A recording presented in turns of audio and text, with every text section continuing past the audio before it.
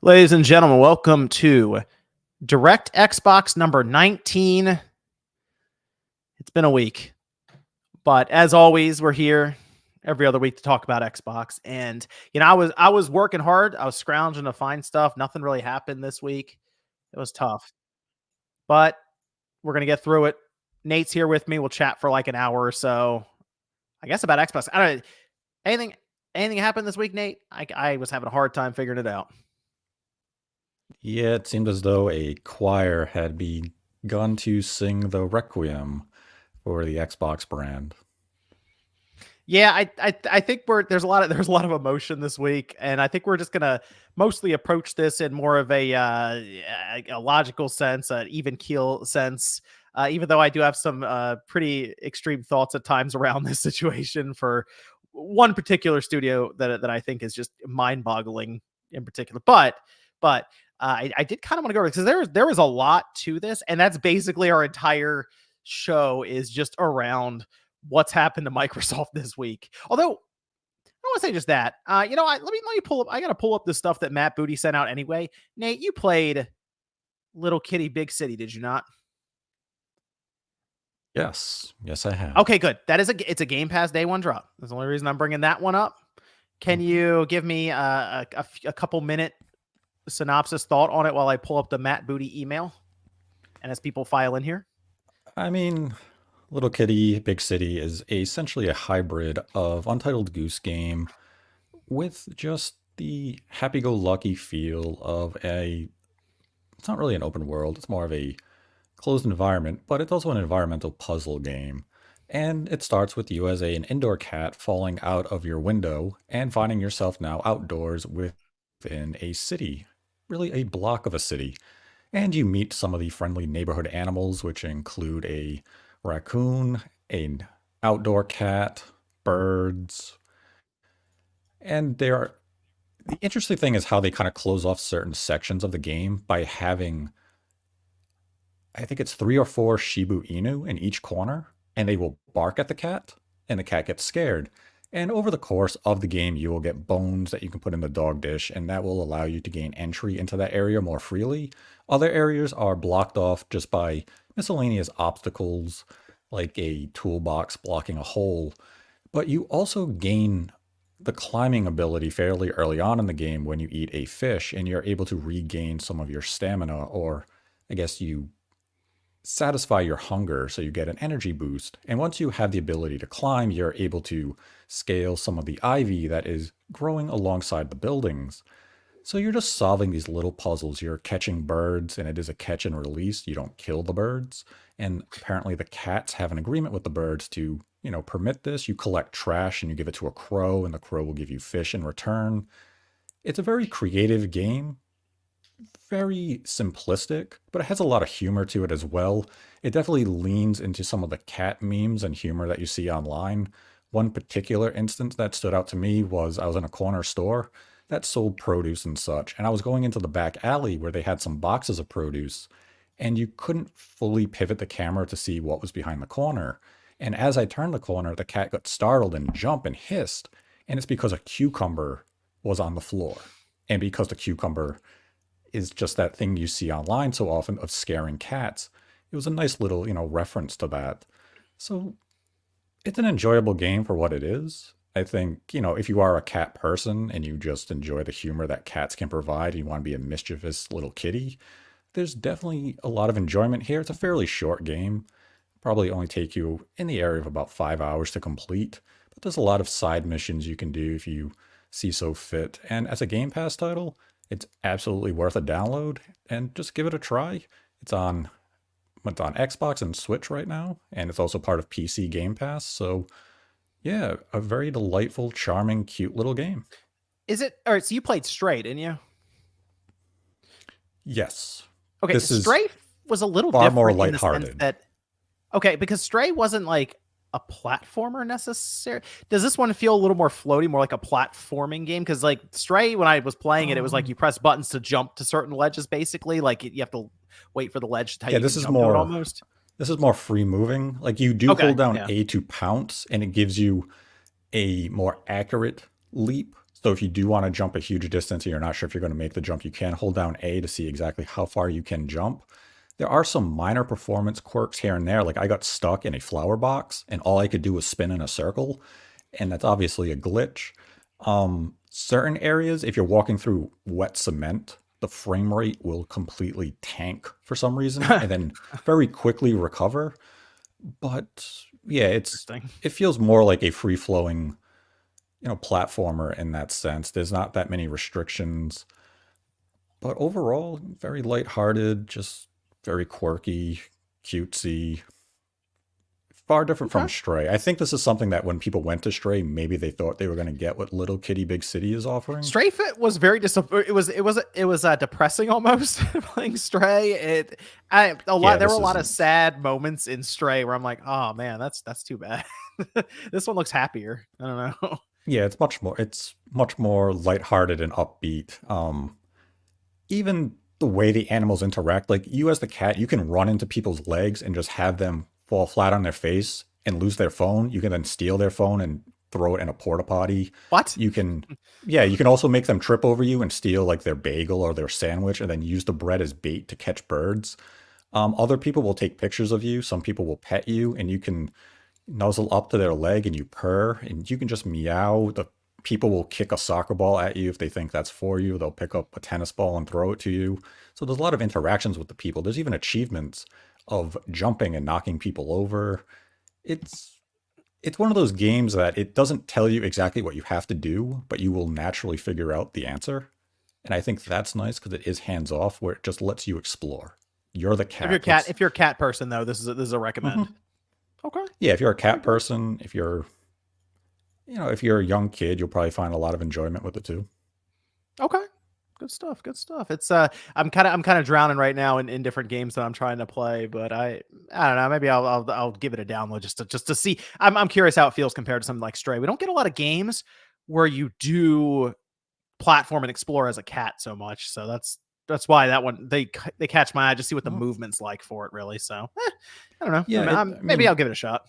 it definitely feels as though you are moving around as a cat. The L and R triggers are your front paws, so you swipe left and right. Oh, okay, okay. I can kind of I can kind of Yeah, picture that. you can visualize that. The LB button, you go into a stealth mode so you can crawl, and that's how you'll catch the birds and such. RB is zoomies or run.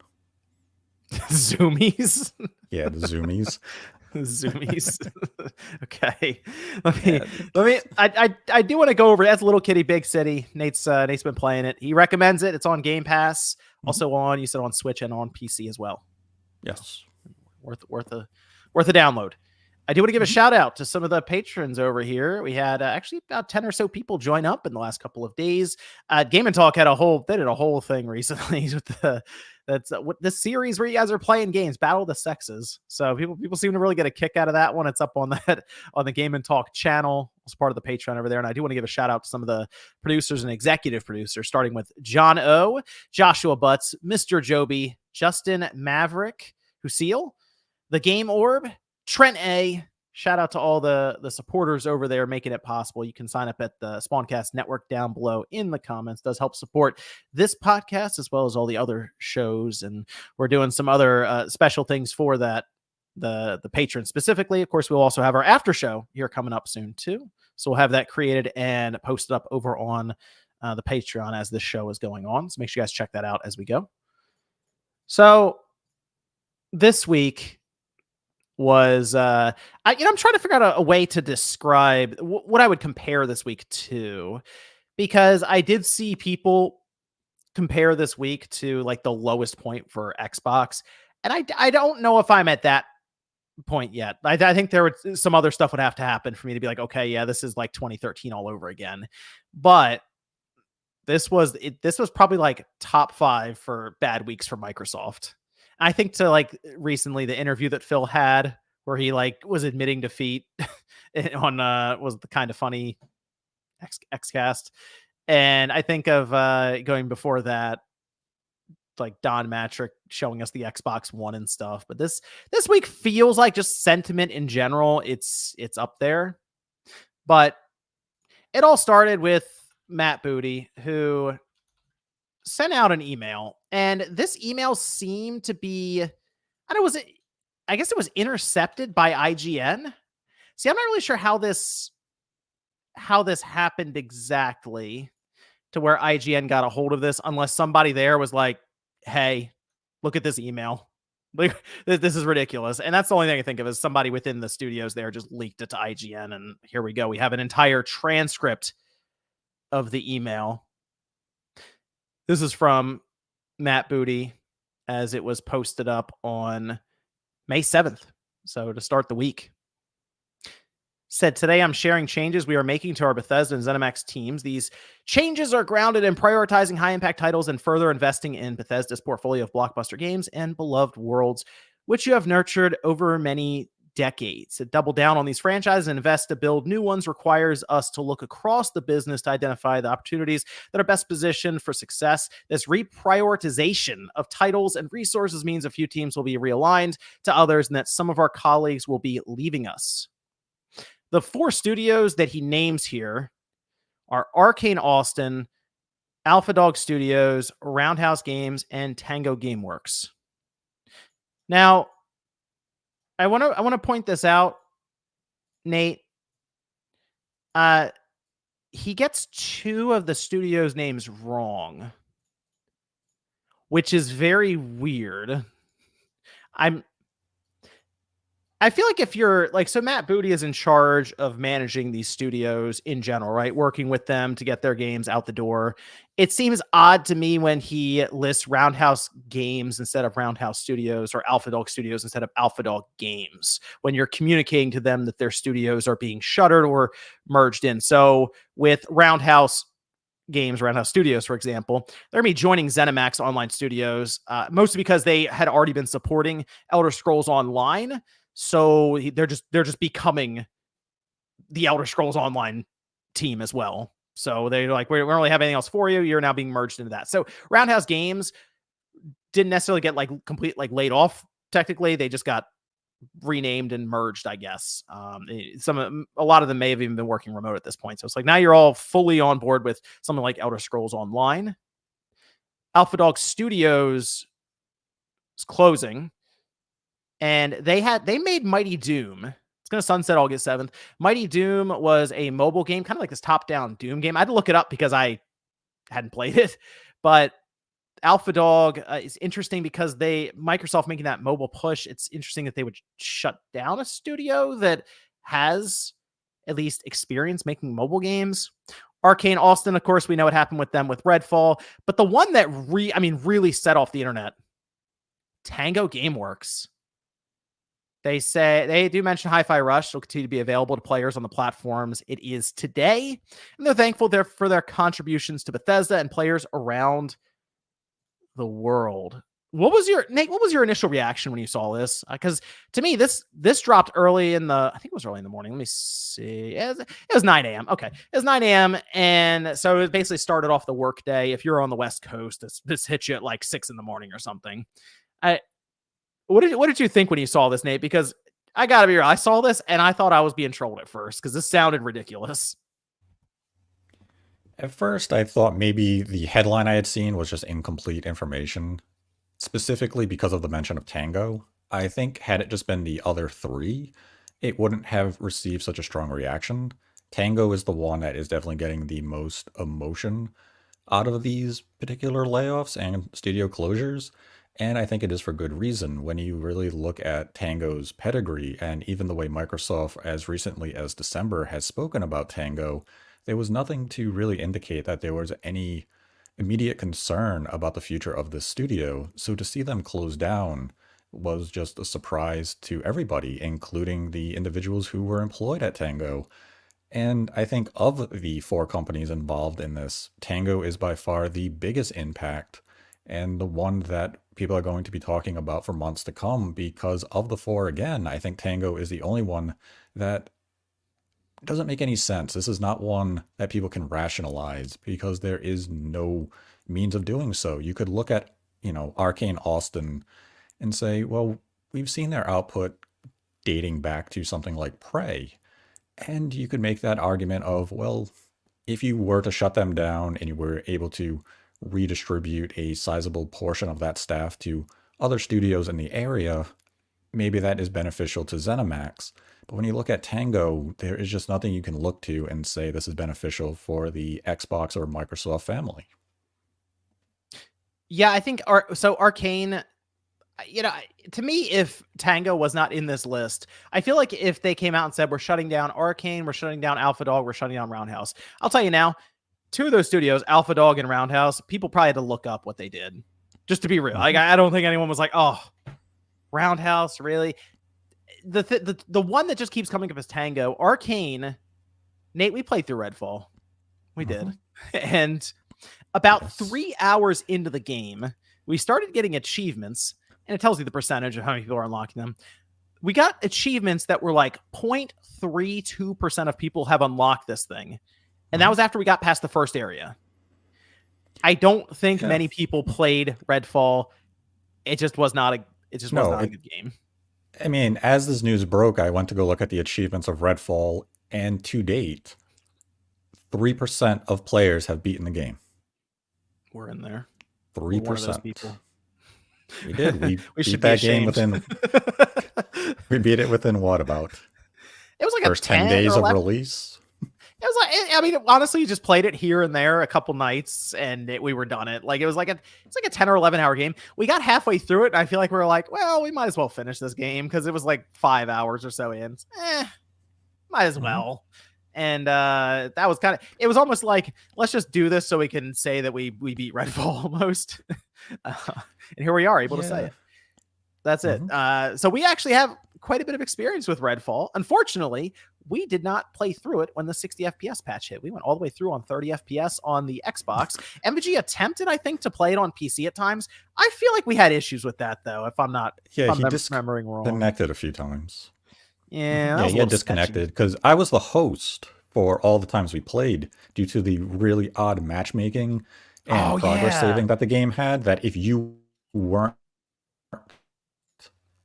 to play without me, you would have had to start your save file over because you played based on my progress, not your own.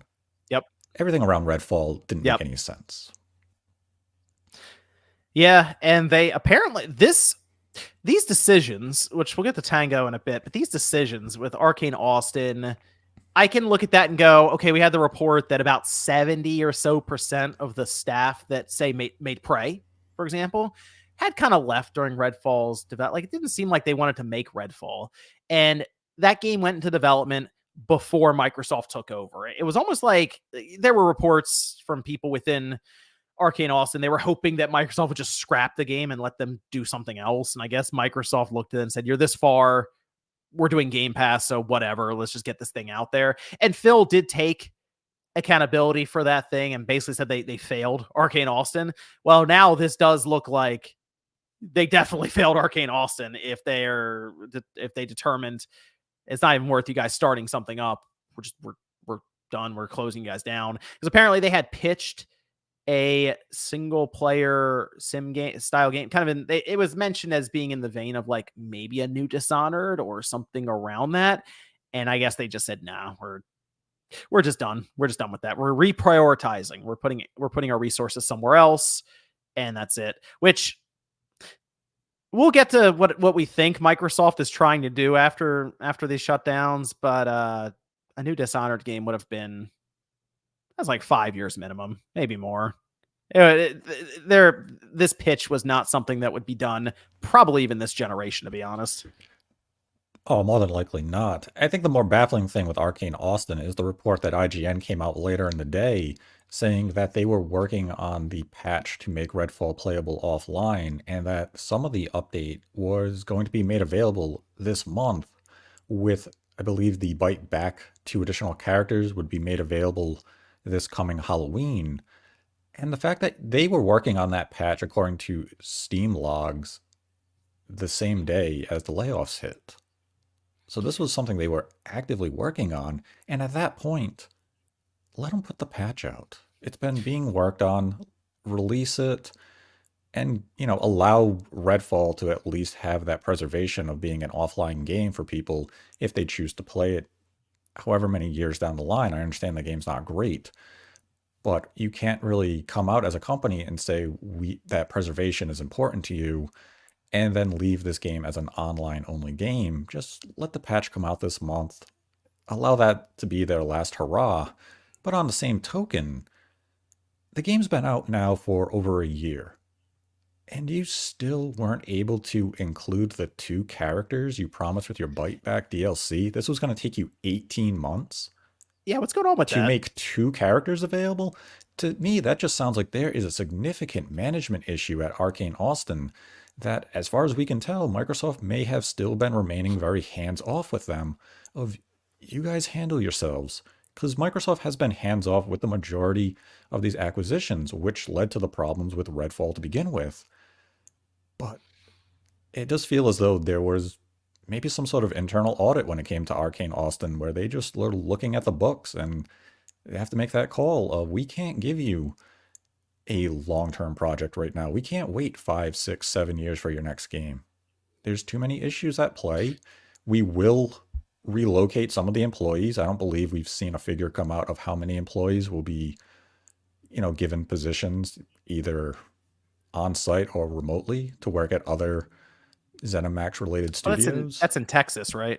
That's in Texas, Yes. Austin. Yeah. So they're not going to go. I don't think they're going to Arcane Leon. I don't think. I mean, maybe they'll relocate over Maybe there. as I'm not unless they can do expecting it. remote work, which Yeah, they that's probably true. They can can't due to remote. time zone Because challenges, but they would do development. They would help each other with development of games. Like there's Dishonored 2. One of the Dishonoreds, they definitely worked with Leon on it. Like they ran support for it. So it's possible. You're right. Parts of them could just be merged in with Leon, or they could like do other parts of ZeniMax, I guess. Mhm. But especially if there's like 25% of the original, we'll just say that raw, like just a basic figure or something like that of the original staff. There's probably still talent there that is like something you would want to hold on to. But I gotta say, if I'm working at Leon right now and I see that, man, that is I mean, we saw the director for Blade basically said that's a gut punch right there. That thing, that morale, man, that's not great. Yeah, it's very concerning if you're really at any studio. And I mean, this isn't an exclusive problem strictly to the Xbox brand. This is something that's going throughout the entire tech industry. Just over 2 months ago, we had Sony come out where they closed a couple of studios and laid off nearly 1,000 people across those studios. So this is really an issue that is plaguing the entire industry. And right now, Microsoft's in that swing. And again, it kind of comes back to the point that you brought up earlier. If Tango was not involved in these four studios, I think a lot of the conversation happening today wouldn't be taking place because I think the emotions would be far more subdued had it just been Mhm. Arkane Austin and the other two studios that nobody heard of until that email went out. Yeah, I think the only way this would have hit really hard for Arcane Austin is if Redfall came out and it was like highly praised, scores like an 88 or 89 on Metacritic. Everyone's like, this game's incredible. To me now it wouldn't make sense. I'd be like, well, why are they shutting them down? But now we saw what Redfall was, and we hear about the stories of Max Exodus of original staff and stuff. We're like, okay, you can kind of start to at least justify why Microsoft would go this route with them. But Tango Gameworks, this is the one that I saw and I was like, there's no way. That's got to be off. That's got to be wrong. How do we have Tango get like shuttered? It didn't make any sense to me when I read that.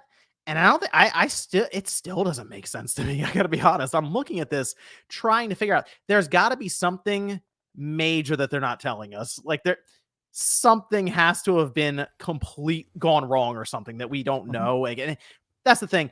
I don't know what the inner workings of any of these studios look like. You know what I mean? Like we're kind of judging it based on the outside. And when I see something like Hi-Fi Rush come out of Tango last year, and it's universally praised, people love this thing. It wins awards. I mean, they have a whole like trophy cabinet. They took Mhm. pictures of it. They showed it. They're like, look at all these trophies. It's like, wow, okay, so that does tick the box of a prestigious game. It didn't sell well though, and that's all I can determine out of this. Well, And go ahead. I mean, it's very difficult to really gauge its sales because we don't have sales figures Mm, for the game. It was a Game Pass game. We know a general idea of how it has performed on Steam. We don't know what it has mhm. done on the PlayStation. But overall, from what I've heard, the game was profitable. Now, what does profitability mean? Does that mean they broke even? Does it mean they made $1 on it? It doesn't seem as though this was a net loss for them. This was a positive venture at the end of the day. Andy Ackerman says Nate's a busy man. Let him relax. Pour himself a whiskey. I so my thing with Tango, and this is the one that I almost look at this as like something I feel like a lot of people, myself included, I remember this for a long time with Microsoft, because this is, I feel like, more symbolic than just Tango getting shut down. This kind of goes against, it feels like it goes against everything Microsoft's been trying to sell people for the last 5 years on Game Pass.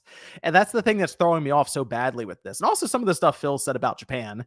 So this was a studio that they basically ended up just falling into their lap after they bought Bethesda, ZeniMax, right? Because obviously they went to ZeniMax and bought them because of Elder Scrolls and Fallout, these big time brands there, right? And oh wait, here's Tango Gameworks. They got Evil Within. Okay, they have Ghostwire Tokyo coming up. It's fine. And then they randomly show up with Hi-Fi Rush. And look, we heard the background of this game, the story of John Johannes, where he ends up prototyping it with a couple of people there. They put this thing together, and it's weird because they're supposed to make horror games, and they show up with something that's very lighthearted and different. It's a rhythm action style game, and Shinji Mikami okays it and is like, yeah, let's do it. And they go into full production, and boom, it shadow drops out of nowhere in this Xbox, this developer direct. And it was exciting. It was different. It was new. It was weird for Microsoft to put something like that out, but people for the most part loved the game. It was really, really cool. And it felt like Tango Gameworks figured it out. They had something here. They had a path forward with a new IP, which is not easy to make nowadays. It just isn't. Making a new IP with where we see budgets and development time, it's difficult. So when you get what almost, I mean, it's not quite lightning in a bottle, because it's not like Pal World where that showed up and everyone was playing this thing, crazy amounts of concurrent players. But in a world of live services, to have something like this show up, it was pretty impressive. It was. And to fast forward a year and the studio was shutting down on the back of Microsoft saying that it met all of their expectations. This is Aaron Greenberg. His words, met all of our expectations and stuff, as he was refuting a story that mentioned that there was like behind the scenes sales were kind of like in question, like, oh, is this actually hitting these metrics? And that's not a great look. Like a year later, you shut them down. And it's like, okay, well, how does Microsoft measure success if sales are impacted by Game Pass? How exactly do they determine what's worth putting money into and what's not? That, I think, is the big hang up right now, because clearly yes. Tango, whatever they were going to do, it wasn't worth it to them. No, and I think that's really the big hang up here, is that as we had the reports come out from Jason Schreier suggesting that Tango was in the process of pitching a sequel to Hi-Fi Rush, and that to do that they would need to hire additional developers, that at some point Microsoft evaluated Tango, evaluated what's in their pipeline, and determined that they were not worth keeping. And that's a very troubling thing when you look at the pedigree of Hi-Fi Rush and even the studio itself. Was it a case of they looked at their recent output, something like Ghostwire Tokyo, a game that reviewed, we'll say good, not great. It was on the PlayStation 5 as an exclusive for 1 year before it came to Xbox and Game Pass. And the sales of the game didn't exactly light up the charts. Ghostwire Tokyo came and went. Word of mouth wasn't exceptionally positive. It was very middling. So now here comes the company having to pitch new rounds of games, meaning we're going to wait 4, 5, 6, 7 years for the next games from Tango. So now here's Microsoft, a company who just invested $70 billion into Activision Blizzard King. It's time to look at the books. Are we willing to wait 6 years for a company who isn't big? It's very likely very cheap to operate because they are Japanese based. But are we going to wait until 2030 for your next game that, based on recent releases, may not be a certified banger when it comes to sales. Because I mean, this is Microsoft at the end of the day. Are they looking to break even with a game, or are they looking to make money? You're going to invest Right. $50 million to make $50 million, or do you want to invest $50 million to make $200 million on the project? Because when you have to wait that period of time with no new income coming in to cover the cost of this new project, that's when these business decisions come in. And I think the Tango decision of closure was very reactive. It was very knee jerk. And it's something that they will look back on in 5, 10 years with regret. I don't think this is the studio you shut down if you're looking to make cuts. This is the studio you bring in. This is the studio you continue to fund, you continue to invest in, and you have it grow. And you let it become a bigger deal through that investment. To close them just feels exceptionally short-sighted, and it feels as though this is upper management, and I'm talking above even Phil Spencer, who looked at this and said, there's nothing in development there. We are not giving them a round of money to produce a new project. They're gone. Talk about the And that's numbers, a people. yes, and that's a very Yeah. dangerous line and approach in the gaming industry. That's not how you can operate in gaming. Yeah, I think Tango, I understand what you're saying about them. They're not financially successful. Like they're the numbers for the sales aren't going to jump off the page to anyone at all. Like I think Evil Within 2 may have reached 1 million sold at lifetime. It might have. And Hi-Fi Rush, we don't know the sales numbers, but it's hard to quantify that anyway when Game Pass is right there. And like, for example, when it dropped, I went to Game Pass and downloaded it. Now I will say Limited Run did mention a physical copy, and I thought to myself, okay, that's what I was waiting for. I was hoping that we'd get a physical. I would pick that up, right? I think Hi-Fi Rush was a year too early for them to find financial success as well alongside a Game Pass, because let's say that game came out this year in a direct or even around the same time, they probably could have made it just go multiplat, and it would have also been in Game Pass. I think they just missed it. Like, I think there would have been excitement if they got this thing on PS5, Switch, Xbox, PC day one, and it came out a month ago or something. I feel like they would have just found more success that may have convinced upper management that they're worth keeping. But this Tango, I think, has this intangible aspect to it that I feel like numbers people, at the top, as you're mentioning, aren't necessarily going to recognize. I feel like that's why this is throwing me off so much, Nate, because this is something that I'm surprised Phil Spencer, maybe he did. Maybe there was a whole thing. Maybe stuff got thrown. I don't know. But I feel like this is one where he would have pushed back a bit, because he's been so adamant about getting a foothold in Japan, and they had a studio in Japan that they just inherited. Mm-hmm.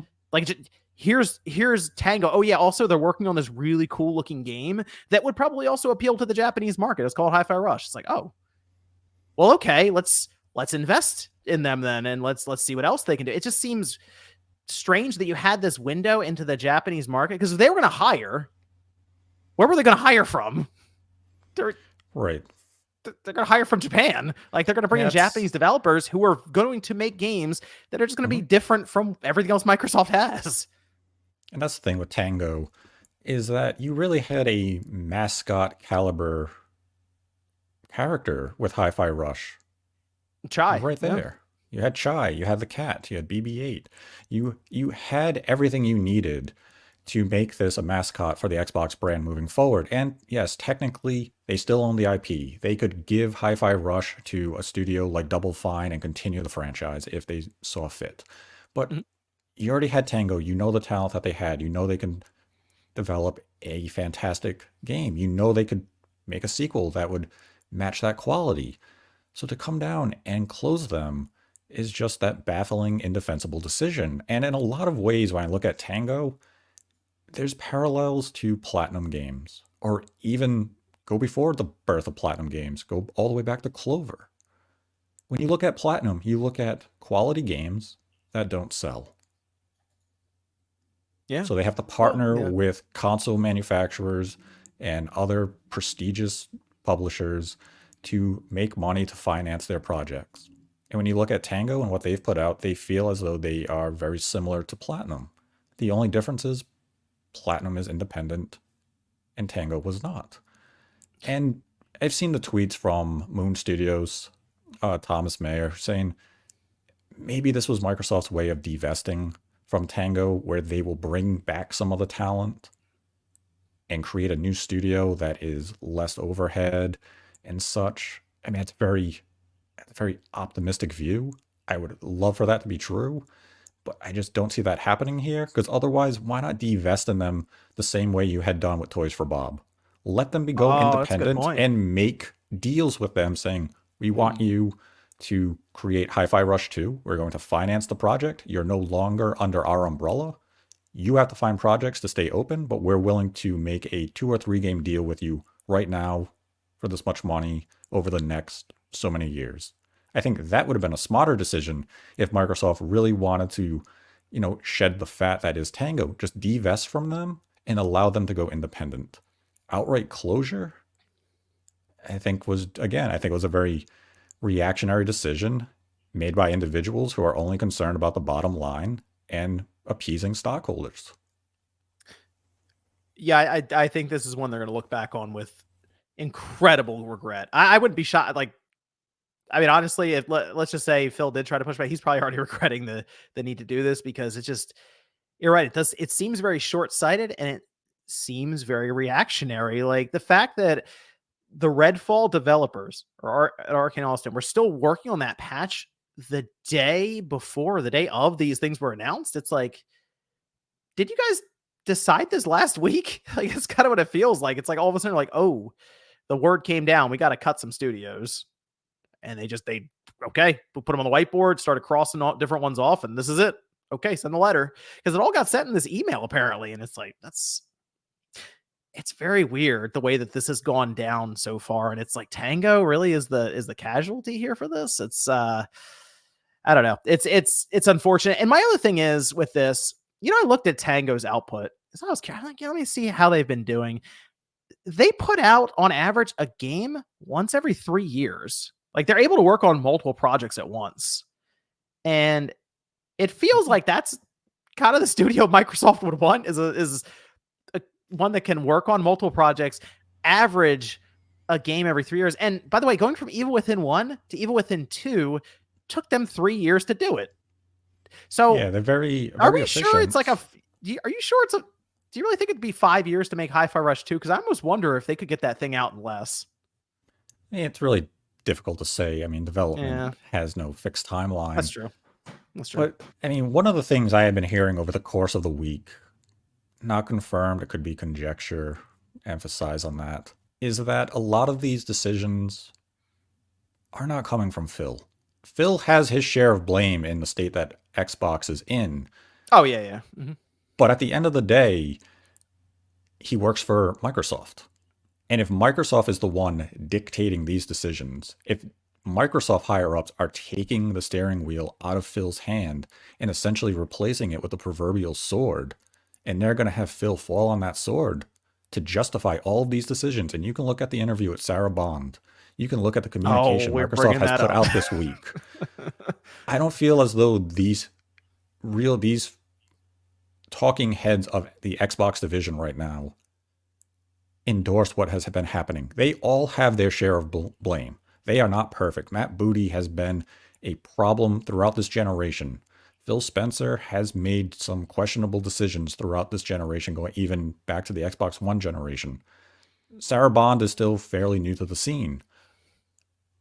But if they're not the ones really making these decisions at this point, and it's coming from above them, and they're essentially following orders here, they're in a tough spot, because it's, what do we do? And as you said, if Phil Spencer, maybe he did fight back saying, no, we have to keep Tango. But if the higher ups are saying, no, they're gone. We gave you $70 billion to get Activision Blizzard. We want to see a return on our investment. Find a way to do so. Pivot, merge companies, consolidate, because we want to return as soon as possible. And this company just put out a game. We're not going to see anything coming back from them for 3 or 4 more years, and we're not waiting. And when we look at the games that they have produced, and we've seen the revenue that their games bring in, they're bottom of the totem pole. Get rid of them. And as we mentioned with Ghostwire Tokyo, wasn't a huge seller. Hi-Fi Rush, it was profitable, but still not a huge seller. The Evil Within was not a huge seller. Unfortunately, from a business standpoint, and it pains me to say this, from a business perspective, Tango is expendable. They were not going to bring in a lot of money for you, even if they did bring in some novel games that gave your brand a lot of personality. At the end of the day, if you are looking to make money and not to create mascots or goodwill with your customers by offering a variety of unique software, you're going to get rid of the company who is not bringing in a sizable portion of revenue. And unfortunately, I think that is where Tango fell. Yeah.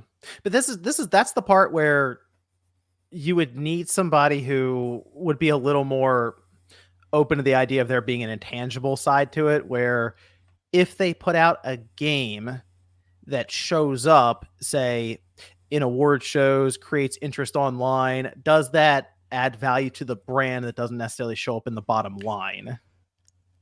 Yes and no, because at the end of the day, you have a lot of indie games. You have a variety of games that win numerous awards, the BFAT awards. Mhm. But how many of those games have you actually played? How many of those games are individuals going out to buy? Just because you win an award, it recognizes your quality. But quality doesn't necessarily mean sales. And we can look at the quality of games that sell 10, 15, 20 million copies every year. Call of Duty. Was that a quality release last year? No. It didn't win any award. Player's bad. Right. It didn't win any awards. Sometimes Pentiment, a game I praise, a game I love, just won a Peabody Award. Who bought it? Who played it? Me and 15 other people. It wasn't me. I didn't play a game. Exactly. So at the end of the day, does learning that Pentiment won a Peabody bring you any interest? If I download it on Game Pass's account? You have to play it. Oh, okay. For more than 5 minutes. More than 5 minutes. That's what's going to come down to, is if it's not going to sell a ton, it can't cost a ton or take a long time to make. I remember the whole Hi-Fi Rush thing online broke down into people trying to figure out how many A's a game has attached to it and stuff. But really, the path forward for Microsoft is it called Fallout? Is it called Elder Scrolls? Is it called Call of Duty? Those games are good. We can dump a ton of money into that. Otherwise, can you get this thing done in like 24 months? I mean, that's the danger of, I think, that's the danger of the Western industry right now. Is the Western industry, the budgets are ballooning. Development time is entire console generations now. And these companies are just chasing endless growth. They want to make money. And we can look to Spider-Man 2 and the Insomniac leaks. The game cost $300 million. Godly amount of money. Insomniac themselves said, we're going to have to lay off people, and we don't know why the game cost so much when the original was a fraction of the price. We then saw the potential budget of Spider-Man 3. And we know how well Spider-Man 2 has sold. And they said the break-even price for Spider-Man 2 was in the area of 5 or 6 million copies in the first 12 months. But now that break-even isn't even enough money to now finance Spider-Man 3. You still have to sell millions of copies more. And we've seen Sony's revenues. The margins are razor thin because you're coming out, you're selling 7, 10 million copies. But the problem is now that 10 million copies is just enough to cover the budget of the upcoming game, which in essence means it's a wash. You didn't make any money. You made enough to finance the next game. And as people in the industry have said over the span of the last 5 years, every single major company is one bad release from closure. And you just had Lords of the Fallen come out and say They're releasing a sizable portion of their development studio. You have some upcoming studios who haven't even released a project yet, already shutter because they can't get publisher interest in them. And then you have indie studios who release one game that may be quality, may have even won awards, but the sales weren't there. And then they shut down. You also just had, what was the game that EA had partnered with? EA had published it, and I know what you're talking about. Mortals of Avium. They're on the verge of closure. No, they closed that. They basically closed. Point where they've gotten rid of everyone there or something. They furloughed that. Everyone's gone basically. One release and they're done. Yep. Callisto Protocol, one release and they're done. Yep. It's not a sustainable industry anymore, and that's a very scary thing. And again, this is beyond just Microsoft. This is an industry-wide problem. Microsoft now is, they're the ones going through it. And Tango is by far the saddest victim of it all. So I did look at this because you're right, Nate. A lot of layoffs have happened this year, or even go back to last year, really. Studios have closed. And I did think about this. I'm like, why did Microsoft get this kind of reaction? Outside of the fact that they created a good game, right, with Hi-Fi Rush, critically, awards, the whole thing. Maybe they didn't sell the best. And I looked at this, I said, well, I think the reason that we're seeing this kind of reaction to Microsoft is because they themselves are really trying to change the revenue model in the industry. And they're saying things that are just not lining up with their actions. So the idea of Game Pass is that, in their own words at one point, is this allows these studios to have more creative freedom. They have the backing of Microsoft. So if you are if you're Double Fine and you're out there and you're like, we're trying so hard to get to the finish line to get Psychonauts 2 out there, Microsoft comes in, buys you up.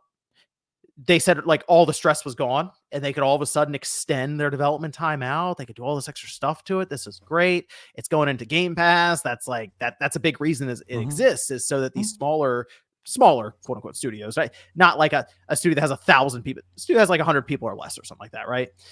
They can do these things. They can take these risks. And now, after seeing Tango get closed down, that sends the complete opposite message. It's like, well, now we can't take those risks, even though we've kind of built Game Pass up over the last 5 years with that as the big pitch. Mm-hmm.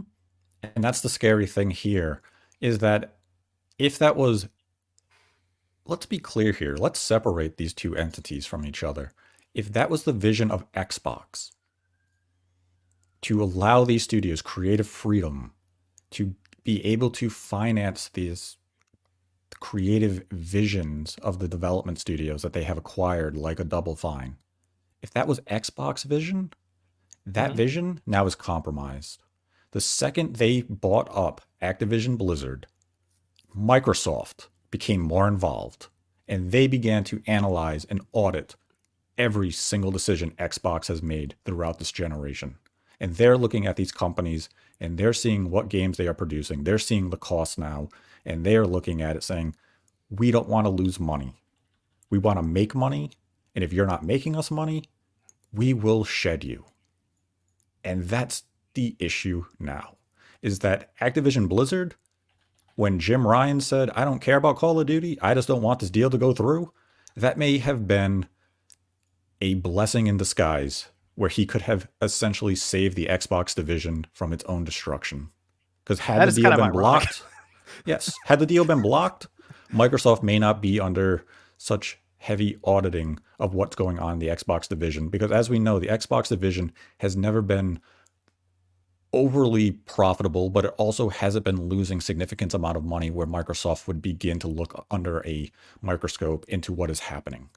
$70 billion is going to get me looking. And I'm going to look at your shortcomings and say, why is this happening? I want answers, because I gave you a lot of money and you're not producing. So start producing. And if you're Phil Spencer and company, you don't have answers, especially this generation. Starfield did not boost Game Pass subscriptions. It did not move hardware. Forza Motorsport didn't move Game Pass, and it didn't move hardware. Halo Infinite didn't do anything. And there's been a lot of ongoing issues throughout this generation from Xbox Game Studios. Games continue to be delayed well over a year. Games go missing following announcements. There's just been management issue after management issue at so many different development studios that you have to begin to question the leadership within Xbox itself of what is going on. Why are there so many problems? How can you not manage your own division? Why is everything run so poorly? And when it came to 343, we learned 343 was essentially lying to Matt Booty and Phil Spencer and Xbox executives about the progress of Halo Infinite over the years. But that's where if you're Matt Booty, you go to 343. You go for a hands-on check and say, "Show me the game." And if it's a mess, you say, "What is happening here?" And you find answers. You hold management accountable. There has been no accountability by the Xbox team. And now, unfortunately, Microsoft is beginning to come in saying, "We want to hold people accountable." And that leads to studio closures. And it feels as though it is a coup of some sense. And I would not be surprised within the next 12 months if Matt Booty and Phil Spencer are no longer there at Xbox. This was going to come up because it's been a big talking point. But I've also seen, like, for example, here we have Fransby. It says, "Could you see Slick Phil departing after this coup?" And Yes. okay, so he says, I've thought about this too, because this has come up. People have been calling for Phil's job on online. You know what? Somebody nuked Phil in Fallout 76. It's like, this guy can't even get away from it in the virtual. That's crazy. I saw the headline go up. I said, really? People went there. It's like a crater. Yes. It's like, oh my gosh. I mean, I think his time is coming to an end, because what Microsoft is doing now is not the vision Phil Spencer had for the Xbox generation or for the Xbox brand. Even when you saw the interview back in February about bringing games multi-platform, it felt as though that was against what Phil Spencer wanted to be doing with the Game Pass and Xbox. But as we could see from recent interviews with Nadella coming out saying, "We have 7 of the top 10 best-selling games on PlayStation right now. I love this." And even with the FTC, his testimony saying, "I would put everything multi-platform." Multi-platform is his vision. He wants the Xbox brand to be a multi-platform brand where he can sell that service on every device possible. That does not feel as though it is a Phil Spencer initiative, but he is being overpowered to make this happen because he was given a lot of money, and he's been given over a decade to make the Xbox and Game Pass into something meaningful, and he has not been able to achieve it. Those are his faults. That is where he has failed, and you can only fail for so long before, eventually the vultures are circling. And right now, the vultures, or the Microsoft executives, they are circling, and they're ready to feast. You know what, Nate? You say it this way, Nate, and I think about it. I almost wonder if this Tango closure was a power move from the people above. Phil is like, all right, you know what? We're gonna make you do this. This is just how it is. The numbers don't Yes. math. So, all right, here you go. They're gonna shut down. I don't care if they make good games. This is how it is, and this is us showing you that we can do this if we want. And I will tell you this: if Phil is truly losing control of the Xbox division and stuff, and it is at this point, as people are theorizing, because we don't know the inner workings or communication, that kind of thing right now internally. But if that is the case, Phil, I would just think about retiring, man. I don't know if I would stay there and just do that. It wouldn't have that same passion. It wouldn't have that same feel when you're up on stage and you're talking at like their event coming up. I mean, would you even feel genuine saying any of this stuff then? I wouldn't. I'd say, you know what? I've been here so long. I think I'm ready. I think I'm ready to. Mm-hmm. I'll go play Fallout 76 and rebuild my town. I'll just do that like all day. I think within the next 12 months, we will see him depart. He'll come out in June because these are a lot of projects that he was able to spearhead, that he was able to incubate, that he has seen since the beginning, that he had hoped for. And I think he would want to see these games to the finish line. But before the next generation starts for the, Xbox with new hardware and such, I don't think Phil will be there anymore.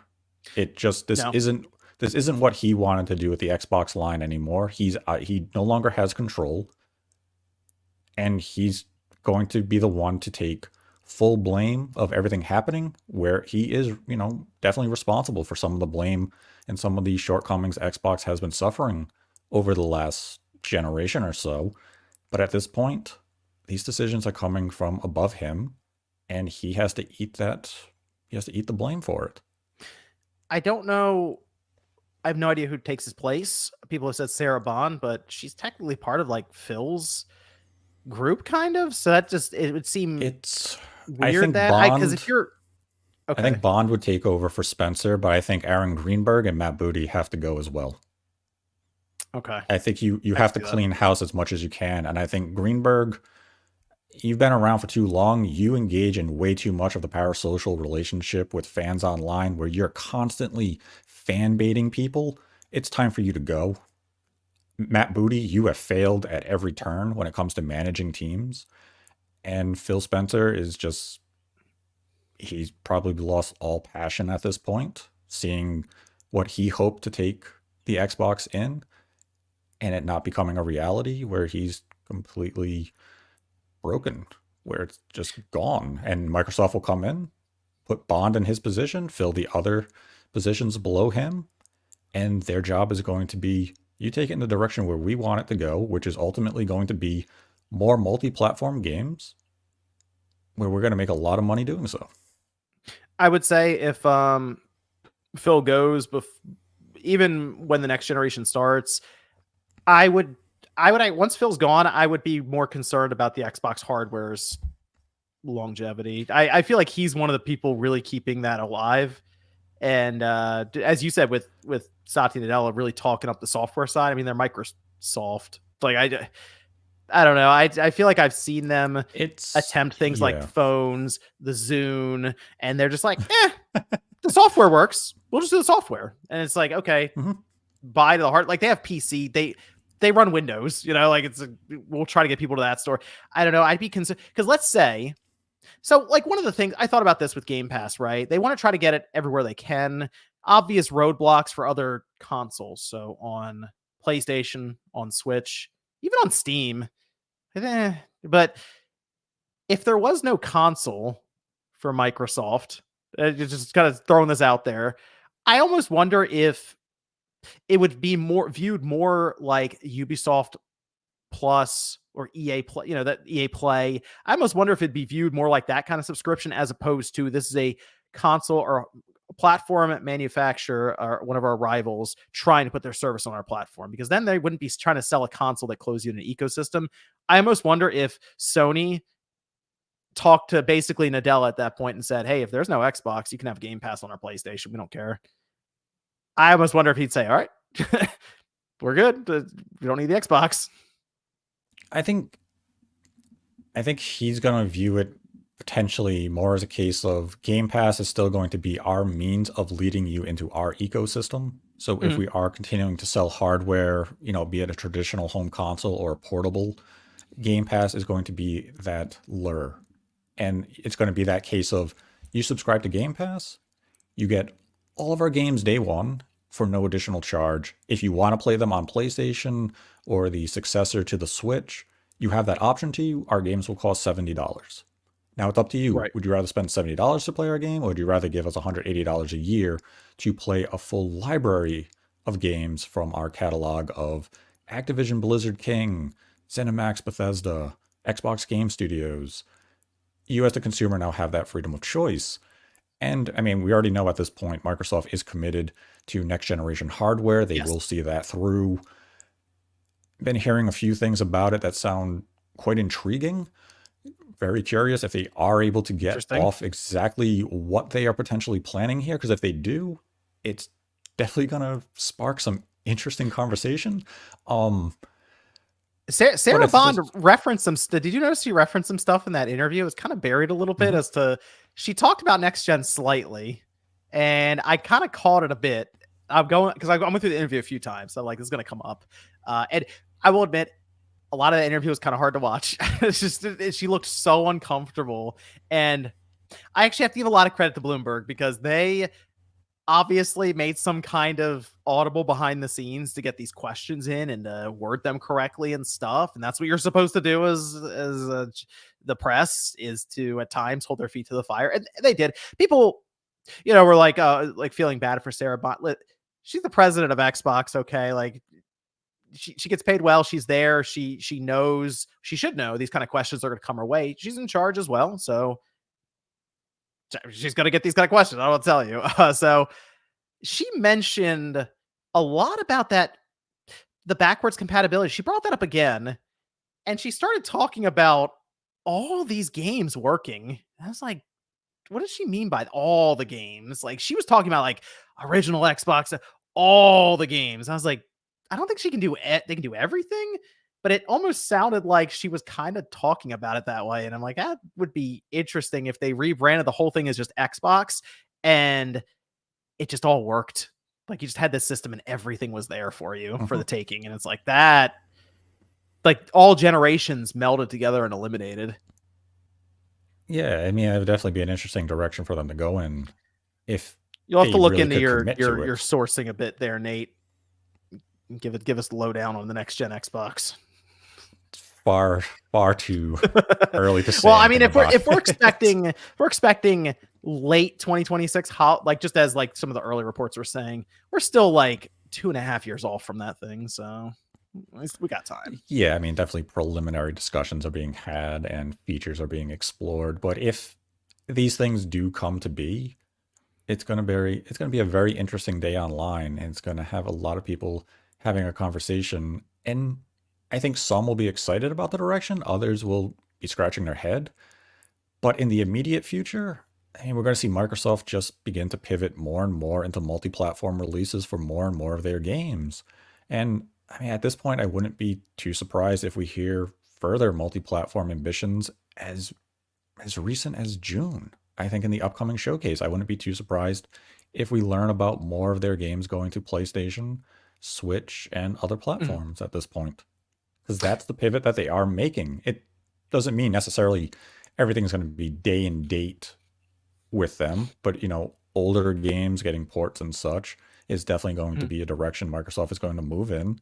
And that strategy is just going to continue to evolve as the months and years go on. And it's especially going to go that direction if Microsoft begins to take more control over the Xbox division. Yeah, so we brought up Game Pass, and this is now another big piece of the puzzle people are talking about more so now. There's a lot of scrutiny on Game Pass currently, especially after what just happened with Tango Gameworks, because the belief was that Game Pass Game Pass existing means that they need as many studios as possible to make as many games as possible. Now they're eliminating even high profile ones or ones that have brought them critical success with awards and stuff for some of these games. But Game Pass in general and its sustainability has come up also because the more we see Microsoft talk about their financials and the more we see them either not give updates on Game Pass or give us updates that show that it is flat or in some cases declining a little bit, like their growth for the last 2 years for Game Pass has been stuck. It's like single digit percentage growth for Game Pass. That is a major problem because some of the FTC documents that we had where they were doing projections that they would, of course, show at board meetings. And I believe it was from 2020. So they have like a 10-year plan. It's like, hey, by 2030, we're going to have 110 million Game Pass subscribers. That would have been a big push to show why they should buy some of these studios, even Activision Blizzard. Hey, look at all these subscribers we're going to have. It's all going to make sense in terms of the math. And they're stuck seemingly at 34 million subscribers. They cannot seem to push past 35 or something like that, which means they're behind schedule.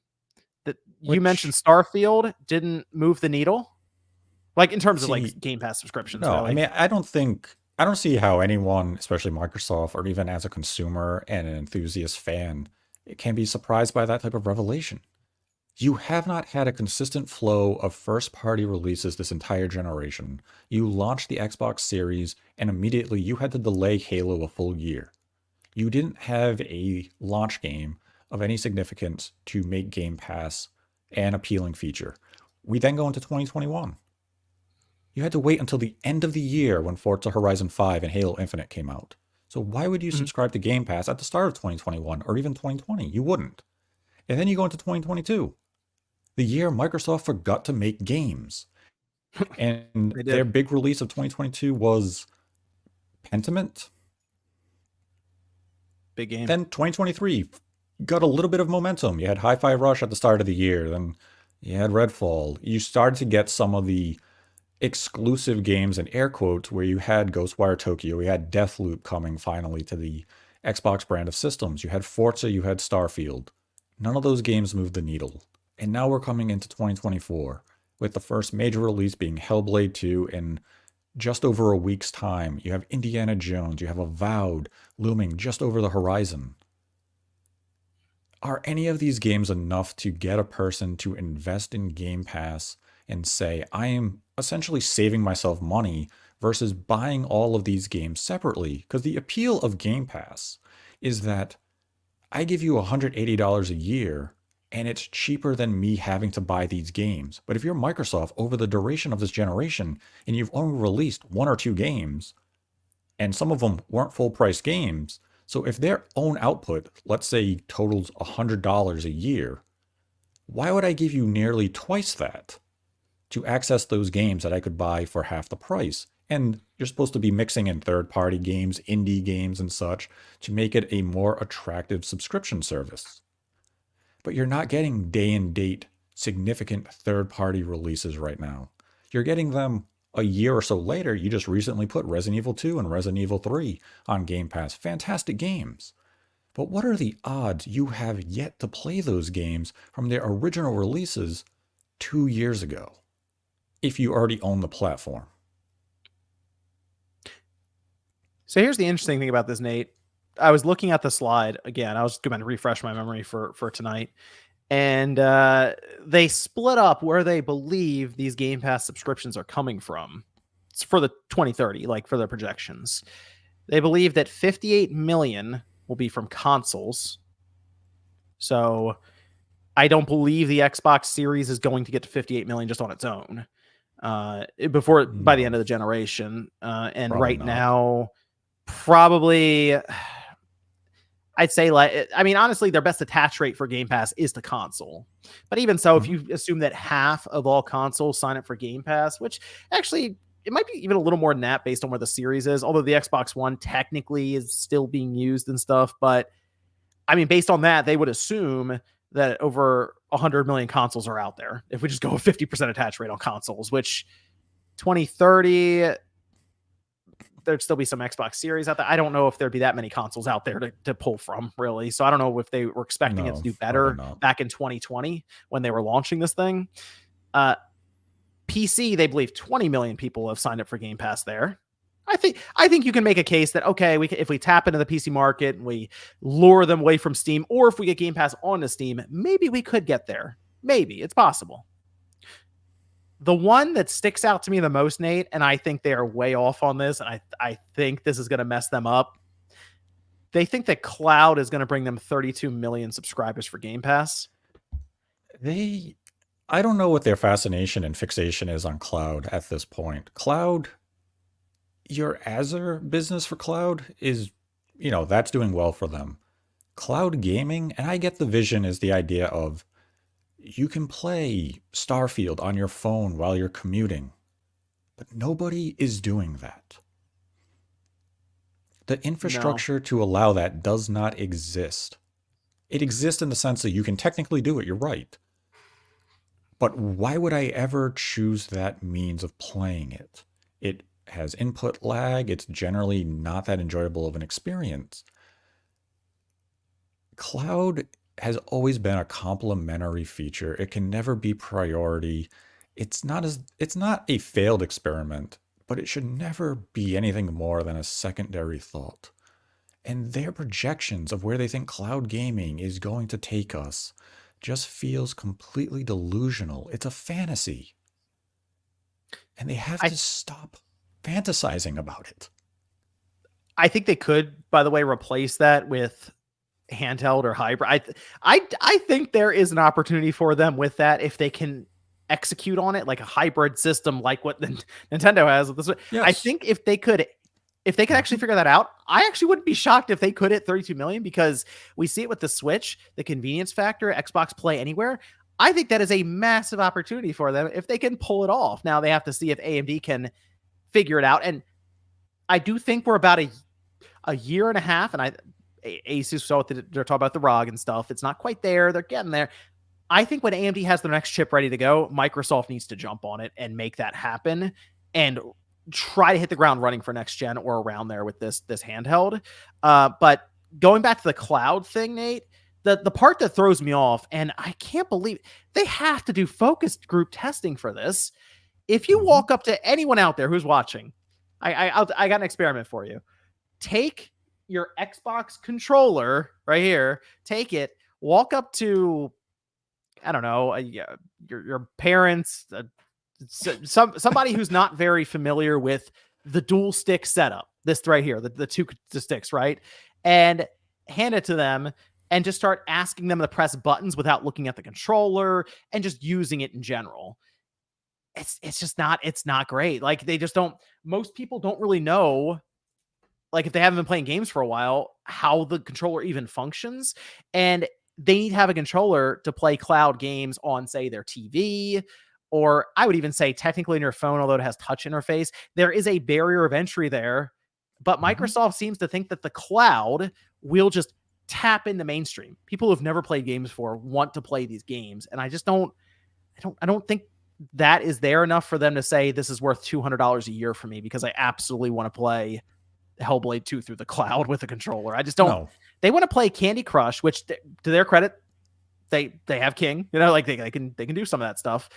But I just don't think it's there like they were envisioning when they said 2 billion gamers. I think that controller is actually enough of a barrier of entry if people just kind of go, nah, I don't think so. But the funny thing is they had a free mass market focus group conducted for them by the courtesy of Google with Stadia. We saw it fail. Yeah. We saw it did not work well. We saw that the general mass consumer has no interest in cloud gaming. Now, if Microsoft wanted to come out and say, we want cloud gaming strictly for mobile style games like Bejeweled, where you don't have to download the game to your phone, you can stream it through the cloud. I'd say, okay, you're onto something there. I have an old phone. I have 16 gigabytes of space on my phone. Oh, that's a good point. I can't really, I can't afford to download games. You want to say it's something like that? Sure. But if you want to say go to your Samsung television and hit the Xbox controller and you can play Hellblade 2 on it, why would I ever do that? In what world am I giving you $200 a year to stream games to my television versus, buying a console or playing on a PC and playing the games natively? There is no enticing means of me consuming my media through the cloud. And I get they're trying to make it just as minimalistic as possible, remove all obstacles, make it as easy as picking up a controller and doing it. Like you have Netflix had, what do they have? They had some of the Walking Dead games. They also had a Valiant Heart game from Ubisoft that just came to consoles. How many people played those games? I didn't. Exactly. Nobody played them. People did the Dark Mirror interactivity type of thing, but that's a different form of media. Getting people to just say, hey, I think, was it LGs currently have Tetris? Hey, that's a good one. It doesn't have sound effects. Hey, you just use your imagination. You know what it is? Microsoft's too early right now, okay? In like 20 years, when we all have Neuralink interfaces in the back and it just connects Bluetooth to it, and we just think about the movements, we're there. That's all it is. The controller, it's so weird to think about that, but I'm telling you, people try this. Try it. Go find somebody who does not know games, hand them a controller, put on something basic on your Xbox or on your PlayStation or on your Switch, and just see if they can move around and swing the camera. You'd be shocked. You would be. And you know what else is really weird, Nate? I've noticed this too, okay? Younger kids now, generations before us, like, when they're like coming up, they're playing iPad and cell phone, iPhone games and that kind of thing. They're more interested in touchscreen stuff right now for like the games where it's like one finger movement, that kind of thing, Mhm. as opposed to holding a controller. So I almost wonder if the generation coming up is also not really going to be too sure about a controller as much as we were growing up, where it's just you got a controller, the analog sticks came in, we figured it out, no sweat. Well, that's the current thing, is that so much of the youth market is consuming gaming entertainment through their phones and tablets and such, that yeah, a controller is kind of a foreign idea to them. There's still a sizable portion who are playing, maybe they're playing on PC, some are playing on their Xbox or their PlayStation or their Switch, but there's still just that huge base who's playing Roblox on a phone and a tablet Yep. that you're not converting into a traditional console gamer. And that's why a concept like the Switch has really resonated with such a mass market, that the youth see it as a tablet, which happens to have some controllers, and is also appealing to just that traditional gamer because one, it has Nintendo games, and you have the traditional controller to play. And that's where if Microsoft does do a handheld and going into the next generation, they might be able to tap a bit into that market. It's not going to be a 100 million seller by any means, but you're now getting into hands of consumers that you otherwise were alienating. Right. And, just don't make it a cloud-based handheld. No, make it just native play. Yeah, So people in chat, native. I'm not saying all the kids coming up now don't play consoles. What I'm saying is I don't think there's going to be enough of them coming in to necessarily replace some of the outgoing people in the later generations who move on from games or get busy later in life, that kind of thing. I kind of feel like it's going to actually go down a bit just based on phones and tablets and those sorts of games eating up a lot of time. Go on, Nate. Yeah, there's definitely individuals who are playing on consoles because the parents are introducing them to that. But I mean, I know a fair number of people whose kids do. They strictly play on phones because they're not a family that owns a home console. And all the kids' friends are playing Fortnite and Roblox and Minecraft and such. But because the parents own tablets, it's easy to hand the kid the phone and a tablet and say, play with your friends. And it's also Nope. far cheaper than having to invest in a system that, great, the kid's playing 2 games on, and these are games that I can already get on my computer or my tablet. So why am I going to spend a couple of $100s to get the exact same game? If they're fine playing it through that means, that's how they're going to play it. I started the kids on the greatest console ever. I started them on the Super Nintendo Classic.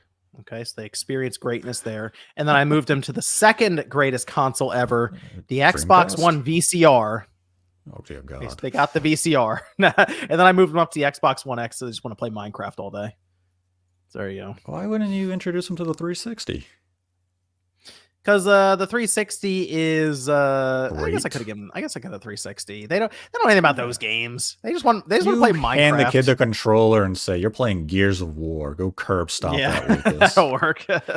Mom will like that a lot. And they'll be like, "This is the greatest game I've ever played. I just took a chainsaw and shoved it up a locust's ass and cut him in half."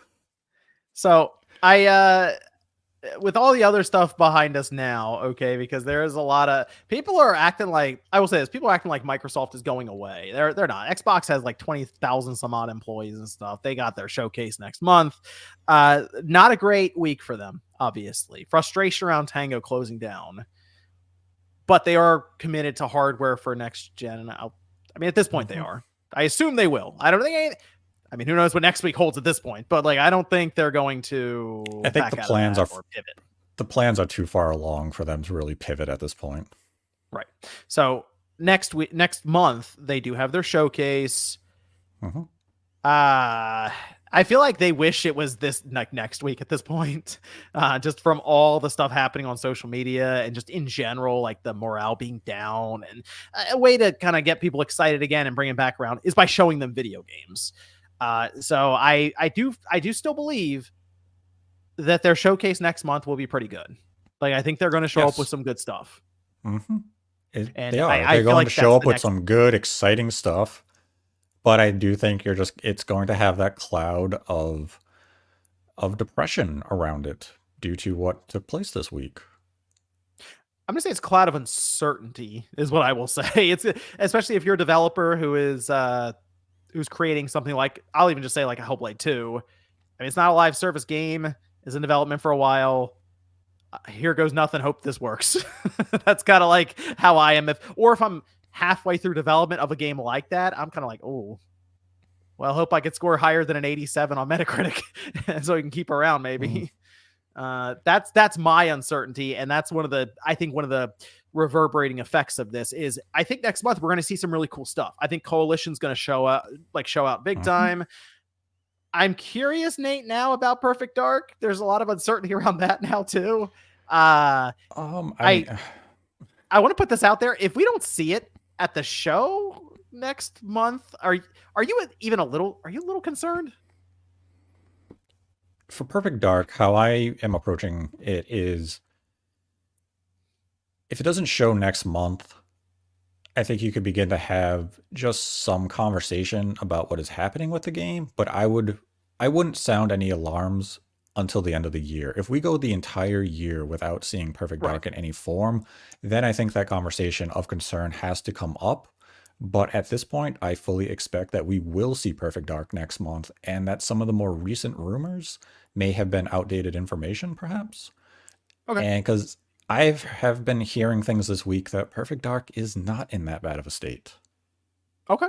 I mean, when I see, I still have a lot of belief, believe it or not, with a lot of people.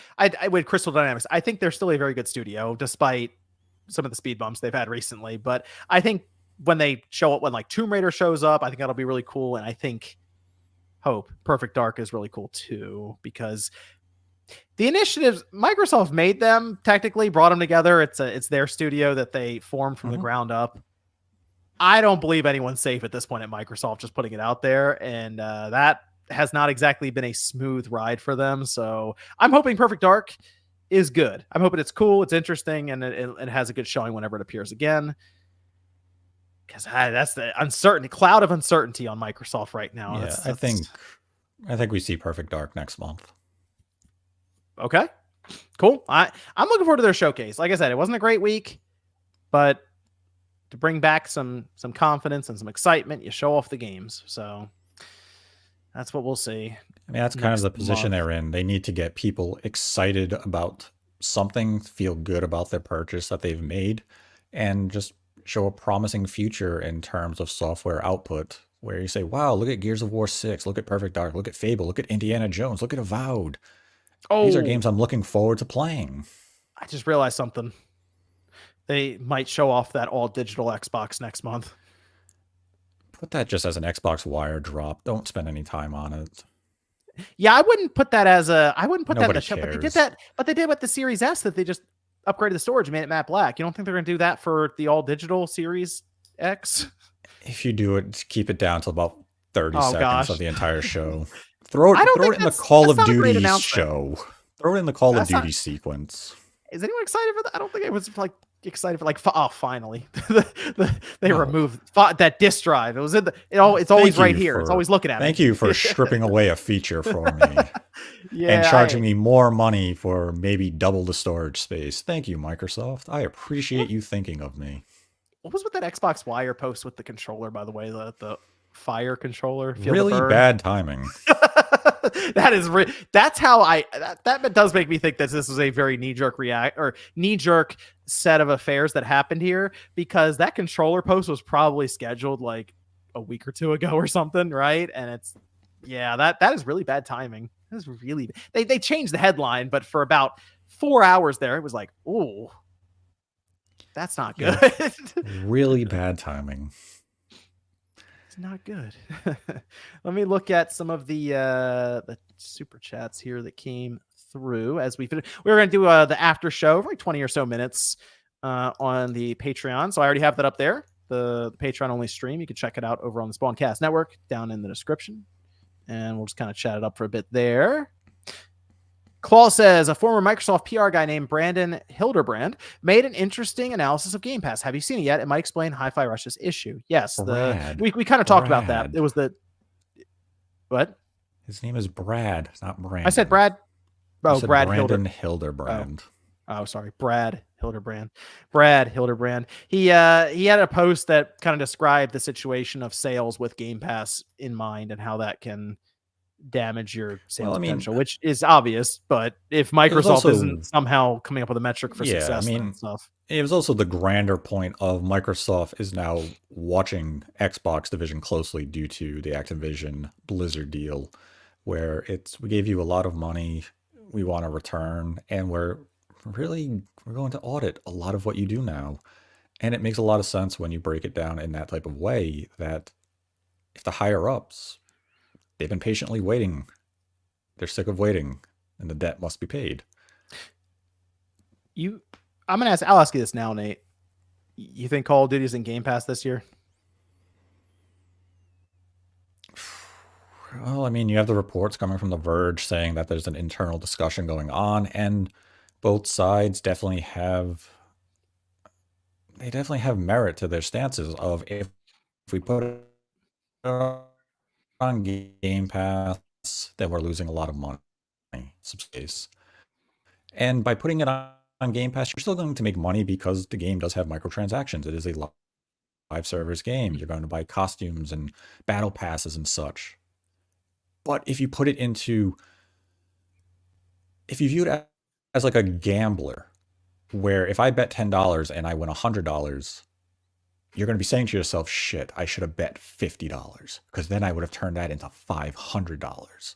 So if you're Microsoft and you are the bookkeepers and you're looking at saying, we put this on Game Pass and we brought in $1 billion of revenue through microtransactions, but if we would have sold that game to that amount of people at $70, we would have made $10 billion in revenue.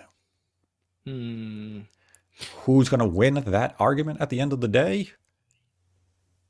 It's hard to say at this point. I mean, Microsoft is not being, or essentially Xbox is being very non-committal about whether or not this year's Call of Duty is going to Game Pass. They continue to dodge and avoid that question they best they can with a stump speech and PR spin that at this point, flip a coin and we'll see what they say in just over a month. Sarah Bond seemed to heavily imply that it was going in, so much so that many outlets ran with the headline that it is going in.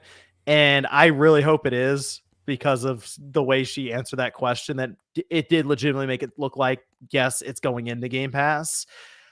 That's not going to be good. And I actually feel like if they try to raise prices of it, that's also not going to be good. So it feels like they're just stuck. And what I would do in this case, if I felt stuck, I'd put every Call of Duty possible in there. I'd say the showcase would happen. Hey, Call of Duty's in there this year. Guess what? All the other Call of Duties that work on the Xbox, even through backwards compatibility, they're in there tomorrow. There. Call of Duty 2 through Modern Warfare 2 from I'm getting last the first year. Call of Duty. Everything. I'm making it backwards compatible. It's here. I just start doing whatever. Finest Hour is in right now. Big Red 1, it's in there tomorrow. Just everything. I don't care. Is there a cell phone version of the game from Nokia? Guess what? It's on the Xbox tomorrow. There is. Guess what? I'm actively going out looking for. Is there an N-Gage one? I think so. You own that too. Guess what? There's a PSP one. You have to play it to unlock the There's a PSP one? Oh man, that's going in. Yeah. Then they made the terrible Declassified for the Vita. That's going in too. What about the DS would just start ones? grabbing. Hey, you know what? Fire up the Surface. We're here. We're doing it. 2 screens. I'd go crazy. I'd say, you know what? We're doubling down. We're going for it. If this doesn't push Game Pass, you know what? It's going to tell us a lot. That's it. That's it right there. We're doing all the Call of Duty stuff. If it doesn't push it, nothing will. So I think you're too late into the generation is the big problem there, is that everyone who is that invested in a Call of Duty has invested with their friends. They are in that ecosystem of the platform they have chosen.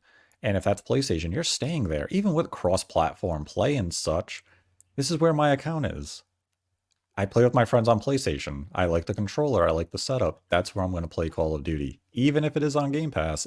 Would you switch over from PlayStation to Xbox because it's on Game Pass if you did not own an Xbox? What if I made it so you could use your PlayStation controller on the Xbox? No. You can do everything. You can do all of that. You can put a little curtain up over the system. You'll never know you're using an Xbox.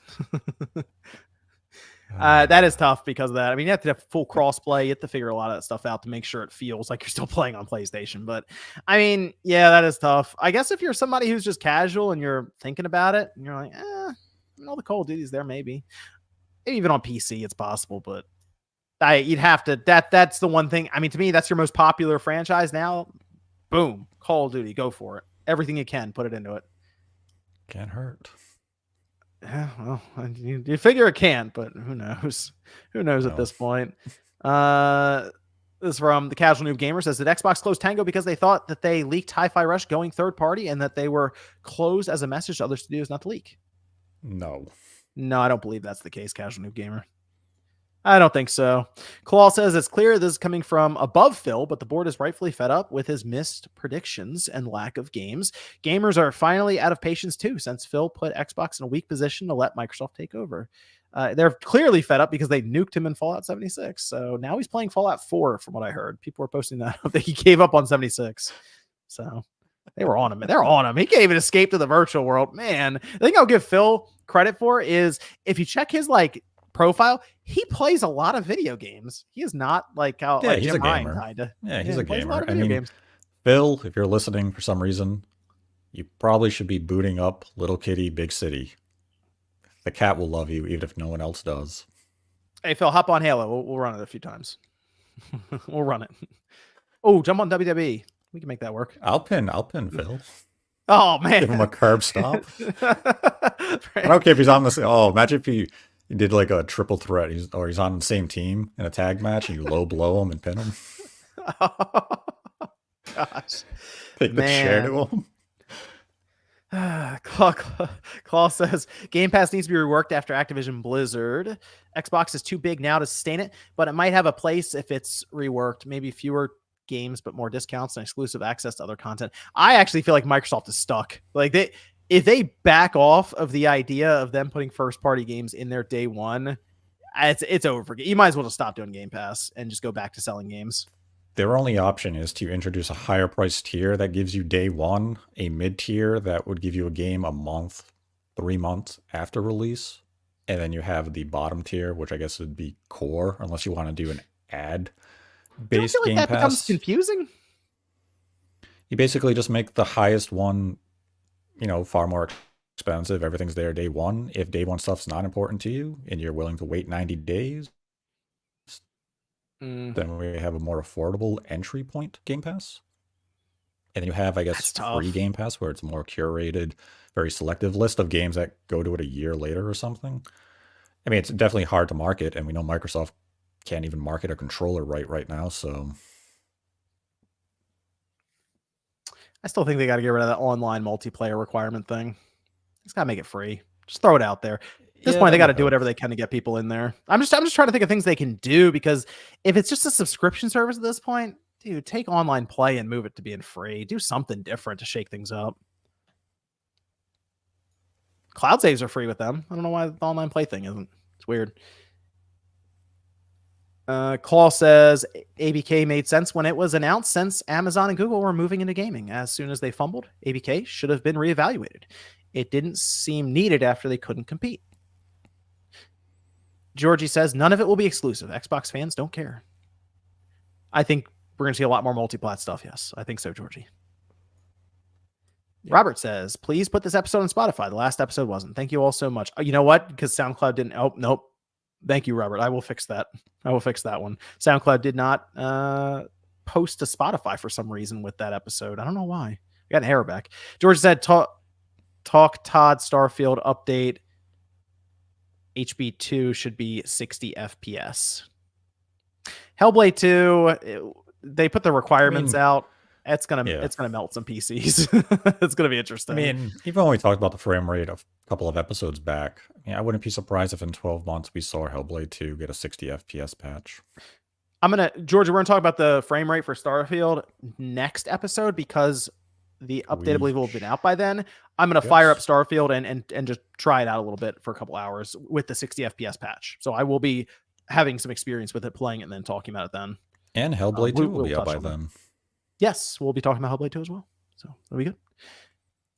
And Sofa King says, I think economic state of the world, COD on Game Pass might sway people. As Nate said, it couldn't hurt.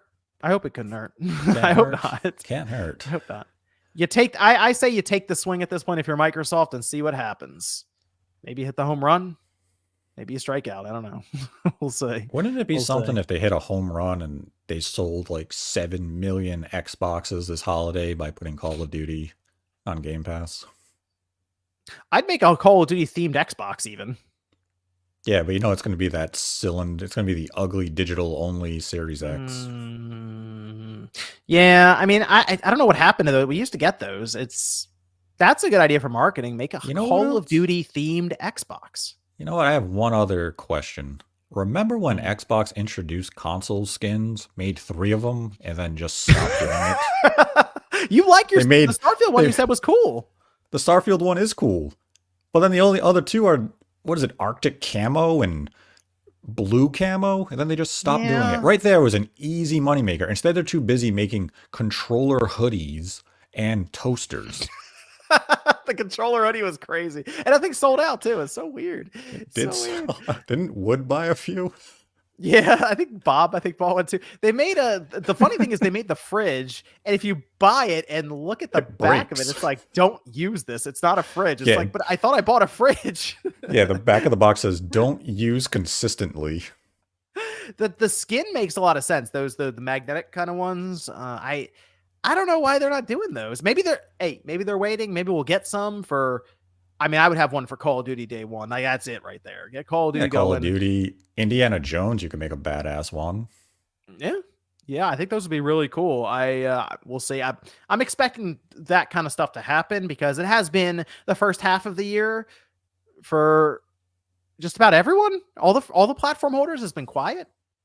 So I'm expecting a bit more excitement in the second half from platform holders, not necessarily just third parties, right? Third parties had a pretty good first half of the year, sure. Platform holders though, second half I'm thinking will be a bit more busy and fun. So maybe that's where the jackets come in. I don't know. So we'll see. Oh, and the Casual Noob Gamer says of Xbox execs who testified COD and other games go multiplat and those execs don't work at Xbox anymore. Can Xbox go back on their word and be exclusive? Oh. I don't know. How does that work? I don't know. Can you do that? The people who testified aren't there. Can they then be, I guess? I mean, didn't say it. I don't know how that would stand. If they want to go back to just being exclusive. I have no idea any of that works, to be honest. I'm sorry. I guess it wouldn't be perjury because you're not involved with the decision. So yeah, you didn't lie on your oath if you're not there. That's why I don't run the company like that. Because I'd be like, I don't know, maybe. I don't know, see what you can get away with.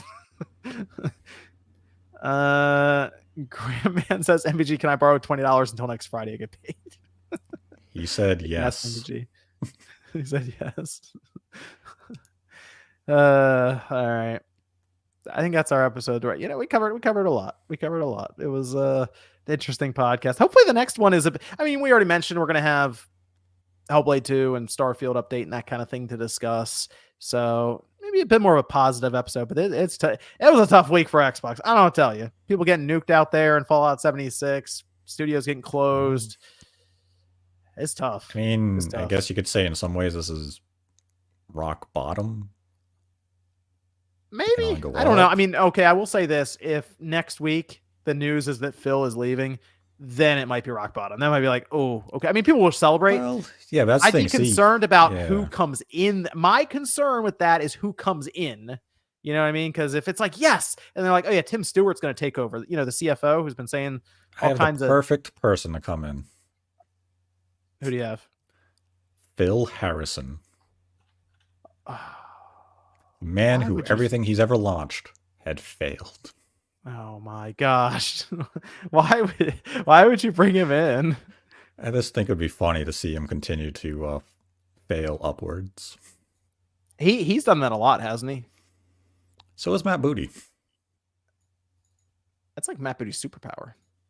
Yeah, he kind of bragged on LinkedIn how he destroyed Midway, so. Did he really? His entire LinkedIn profile about Midway is how he fired a bunch of people and made them money. Do we have music? We do have music. Do you have like a really dramatic sounding one? Feed the Ducks is very dramatic. All right, give me the dramatic one because I have the perfect replacement.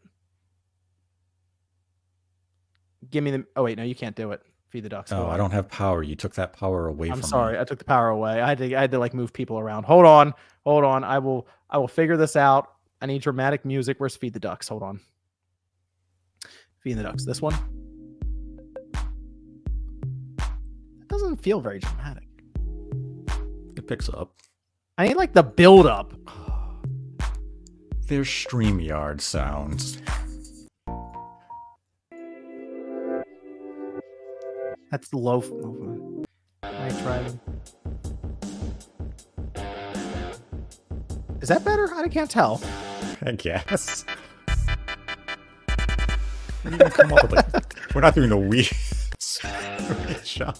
Are you ready? If you say hear that? Talarico. Can you hear it? Okay. I got it. We're gonna fix Xbox right now. Are you ready? There we go. Let's go. End the show. Thanks everyone for tuning in. We'll be over on the Patreon stream. We're gonna head over there now. I have Necro. And it says, let's dedicate our next Goon Sesh to Phil, the Jackler Spencer, and his unending edging streak into making Xbox great again. Keep on edging. Thanks, Necro. Yeah, we'll bring back Don Matrick. He can make it all happen. Don't worry. It's all good. Connect 3.0. Hey, they got a system for you, okay? That's okay. Thanks everyone for joining us. We'll see you back over. We'll see you guys over on the Patreon stream. We're going to do that for like 20 minutes or so. We'll be over there on the Spawncast Network. You can sign up down below. We'll see you guys there.